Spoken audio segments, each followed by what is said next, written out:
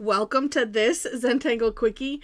My name is Heather Hartwick Gladden. I'm a certified Zentangle teacher. And today we're going to take a look at the tangle Slanta from Kate McIlreavy. And I hope I pronounced that right.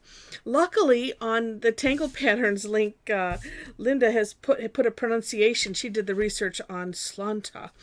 And I appreciate that. I tried searching for the name, and I think it was just yesterday's.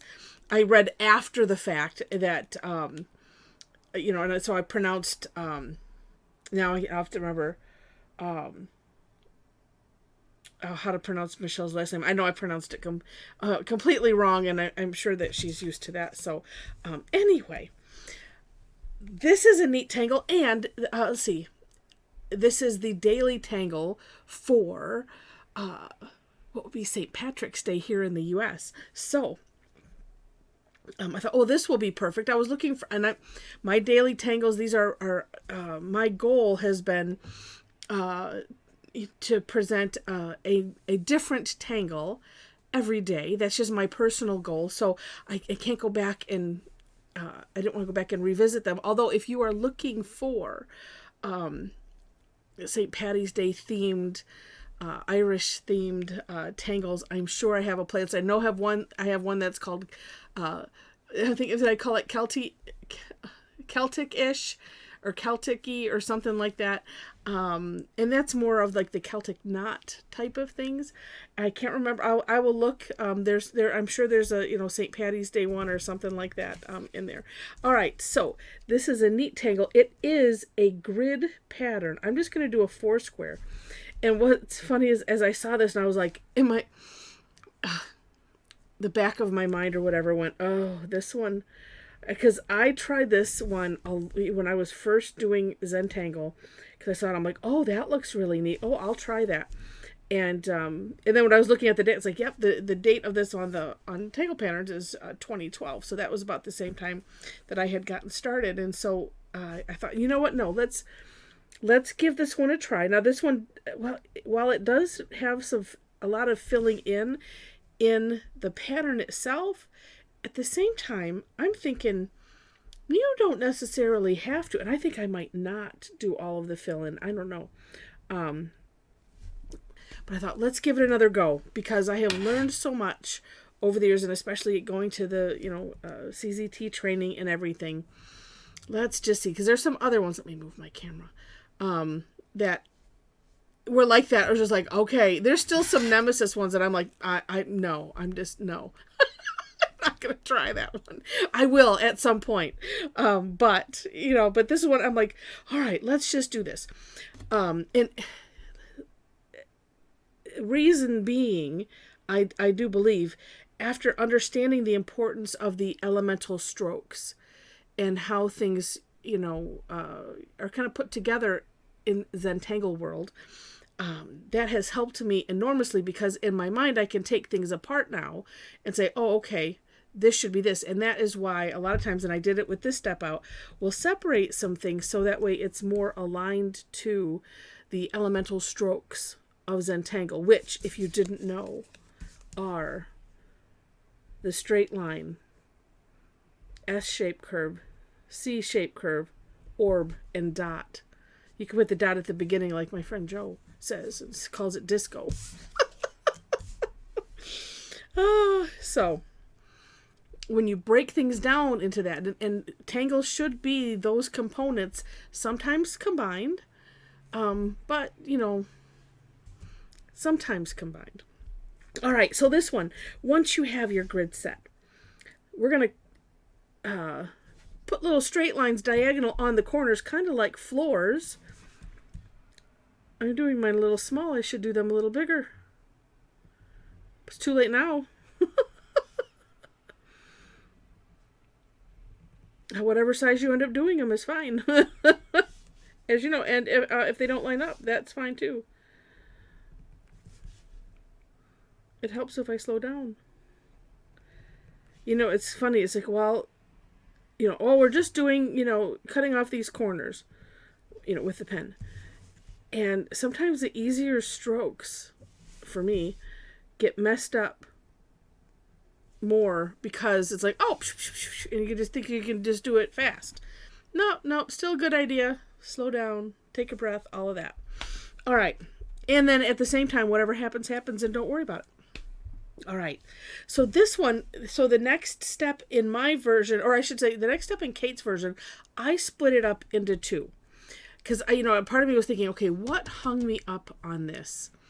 And it might have been that this second step. So what I decided to do is we're going to start with however you want to have them placed. And honestly, they don't necessarily all have to be aiming the same direction either. I'm going to make them do that, but you don't have to. So in the bottom of this, I'm going to put just a nice little curve line like that, staying away from, the bottom and, the sides like that. And coming up not more than halfway. We'll say that. Okay. And like I said, if you want to put them in different directions, just wherever you want to put the bottom of this is what you'll do. And if you can do the other in one stroke, fine, go right ahead. If you look at it like me and go, okay, well, and then you have trouble with it, then, hopefully this will help, because I don't know. That's what I was thinking a lot of my hang up was. Okay, and then from here we'll finish it by putting 3 consecutive curve lines, kind of like a scallop, but this is the C-shaped curve line, right? And then using the takeoff and land concept, tracing over a little bit as you start and then over a little bit as you end. And it's all good. And then 2, know that the outside of this is going to get filled in. So if you have the little bump, it's not going to show up as much because we're going to fill in. And because of that, you could course correct if need be. This is where, well, when we get to that part, I was thinking you could do other things besides just filling it in. And if you do it carefully, you can hardly tell.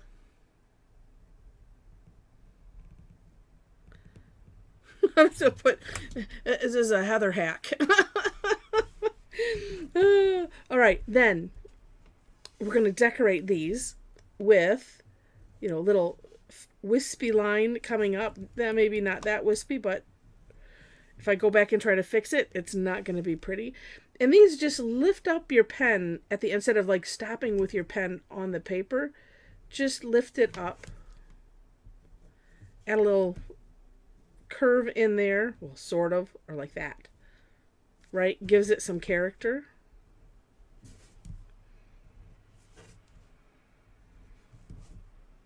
Like so. And then we're essentially decorating. Now, in all of these little corners, this is why I said, I should have done them a little bit bigger. Because, and you know what? Here's what I could do. I could, if I have it handy, we shall see. Oops. Let me just whip you guys around like that. Wow, that was rude. Apparently I don't have my 005 handy. Sorry about that. Okay, it's all calm now. All right, so what we're going to do is aura the inside of those triangles and fill them in. This is where, and honestly, well, and depending, there's enough room there. I mean, you could make these bigger. It just depends on what you want to do. And that's what's fun.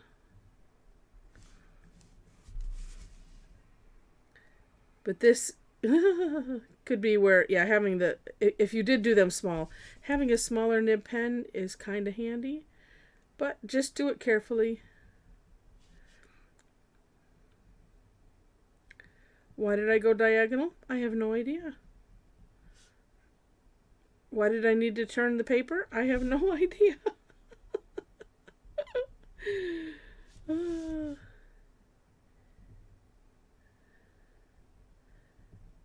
All right.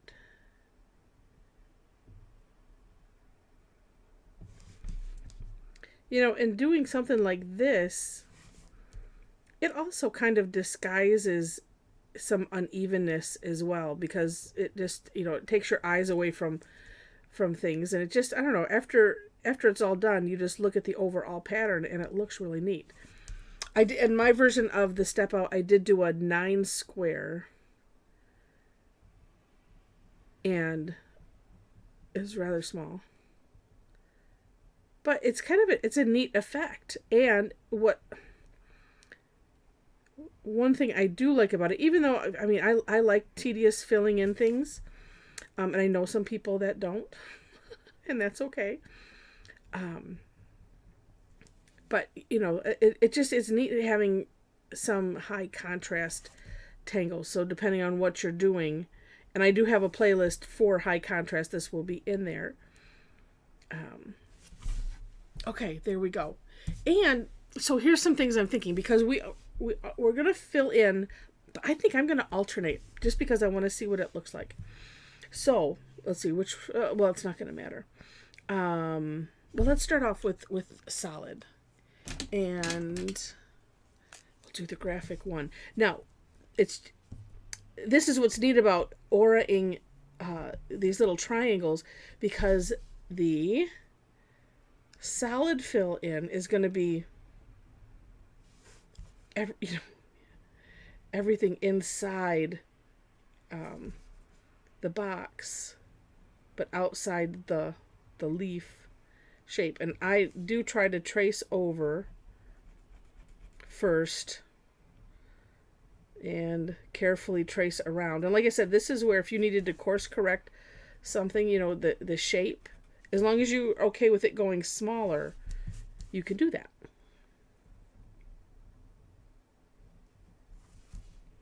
Just do carefully, so that way you don't end up with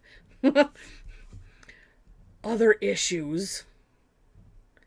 And then too, with it, it's a fatter tip, this graphic one, and so, but you can still carefully get into small areas. You can see if I just barely touch it, you can see it kind of is, you can make it kind of narrow, but I'm careful, again, just because I don't want to create new problems, and I want to get, yeah, there we go. See, just like that, just treating it kind of like a brush and going real light in those little corners like that. Or just, use whatever tip you used, your smallest one, and get into that little corner so that there's no stress. Okay. And so here's what I'm thinking I'm going to do. And if I don't like it, this is the nice thing. So I'm going to do this one too. And so here's an idea. And something that I like to do. Because if you don't like something, you can always, the filling in is always your greatest backup. If you don't like something you do. But I'm going to do the other two with just some straight lines and see how that looks. And again, if I don't like it, I'll just cover it all up. But what's neat to do, if you're thinking about options, or like if you have a couple competing ideas on how you want to do something, and usually it's with the decorating, do it, like if you have a 4 square or whatever you're working on, if you have something where you can do alternating, don't do, do one thing and then do something else, like skip one, or like this, alternating the panels diagonally. So that way, if you do like it, well, great, then you can just continue. And if you don't like it, well, it depends on what you did. Like I said, you can always fill it in. All right. Be careful here. And for this, I just wanted to give an option for those that like, all that filling in. Sigh. But you can see it has a neat look, right? Okay, so what we can do is, and I'm just going to go straight lines, and let's see, do I want to hollow bow the whole thing? Maybe not. There's enough distance here, it's where you can see it's not going to really matter. Because you could, do like that and hollow bow underneath that leaf. But this is what I end up doing, is something like this. So I'll go this far and not quite to the edge, and then do up here, and then work to line it up from there, so that way nobody knows. See, right? And that does look kind of neat. Yeah, I like it. It's neat having it all, filled in as well. But like I said, I just wanted to give an option for those that are like, oh, sigh. I don't want to do all that. Also, there's no reason why you couldn't fill it in with the graphite.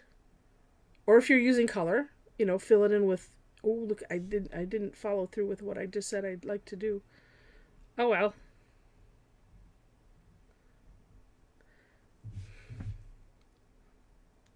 Oh, good. It's your tangle. You get to do what you want. You could probably fill it in with orbs, too, if you really want, if you want to play with a lot of orbs. Oops. And, all right, thank you, whoever was yelling. You give us a triangle.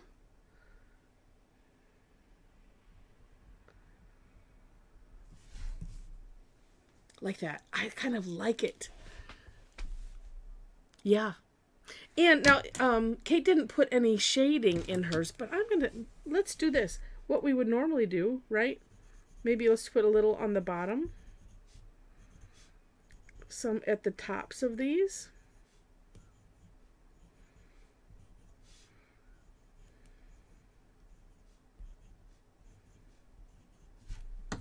Like so.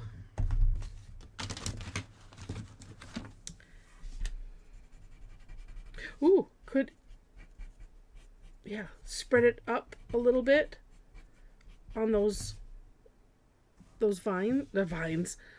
veins.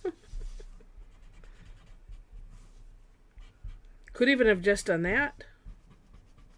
Hindsight is always 20/20, right? All right, now let's do.